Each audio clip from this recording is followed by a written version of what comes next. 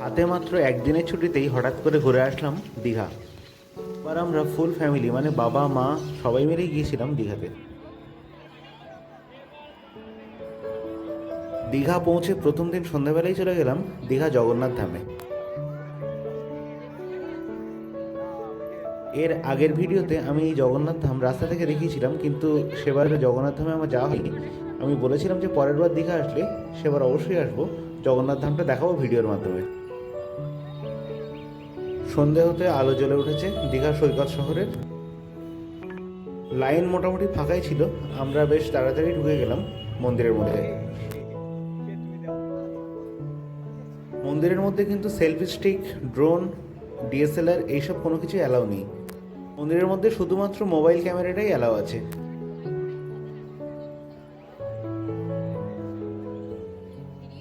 বেশ সুন্দর সাজানো গোছানো একটা মন্দির তৈরি করা হয়েছে এখানে। আর এটা কিন্তু হুবহু পুরী জগন্নাথ মন্দিরের সঙ্গে 1:1 স্কেলে তৈরি করা হয়েছে।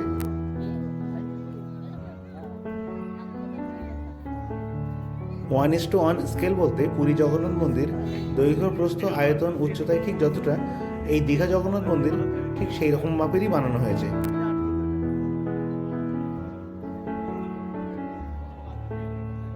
দীঘা জগন্নাথ মন্দির দিনের বেলা আসার থেকে আমার মনে হয় রাতে আসাটাই ভালো, কারণ এতটা বড় পাথর দিয়ে বাঁধানো চত্বর, দুপুরবেলা কিন্তু খুব গরম হবে ভেতরটা।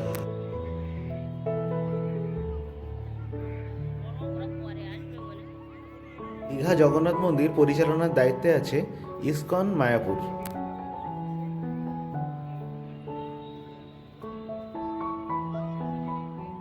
দীঘা জগন্নাথ মন্দির থেকে প্রত্যেক দর্শনার্থীদের মধ্যে বিনামূল্যে প্রসাদ বিতরণের ব্যবস্থাও আছে।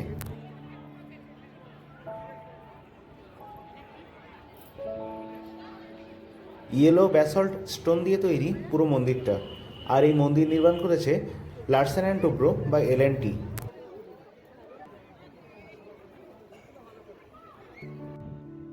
মন্দিরের মধ্যে দেখুন খুব সুন্দর পদ্মপুকুর তৈরি করা হয়েছে। এখন যদিও পদ্মফুল আসেনি, তবে বর্ষার দিকে অবশ্যই পদ্মফুল আসবে এই পুকুরগুলোতে।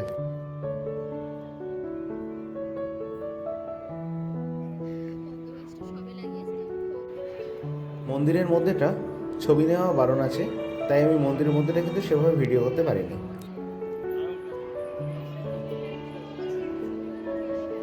মন্দিরের মধ্যে 100 টাকা করে প্রসাদ পাওয়া যাচ্ছে, প্যাঁড়া প্রসাদ, যেটা মন্দিরের মধ্যেই তৈরি করা হয় আর খেতে খুবই সুন্দর।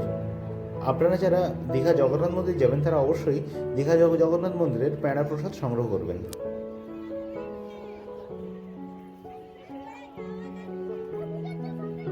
মন্দির গাত্রে সূক্ষ্ম কারুকাজ করা হয়েছে, আর এখনও অনেক জায়গা খালি আছে।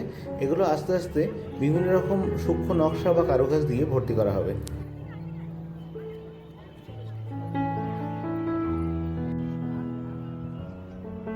সন্ধ্যাবেলা দীঘায় ঘোরার জন্য খুব সুন্দর একটা জায়গা এই দীঘা জগন্নাথ মন্দির।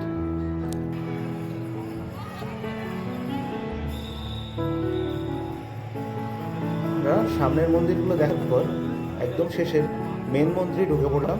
আর এই মন্দিরেই রাখা আছে জগন্নাথ, সুভদ্রা আর বলরামের মূর্তি। আর এই মূর্তিগুলো কিন্তু পাথরের তৈরি, পুরী জগন্নাথ মন্দিরের মতো নিমকাঠের তৈরি নয়।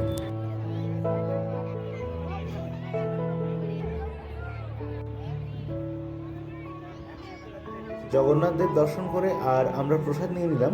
তারপরে আমরা আস্তে আস্তে চলে গেলাম সমুদ্রের ধারে সন্ধ্যাবেলা টাইম কাটানোর জন্য।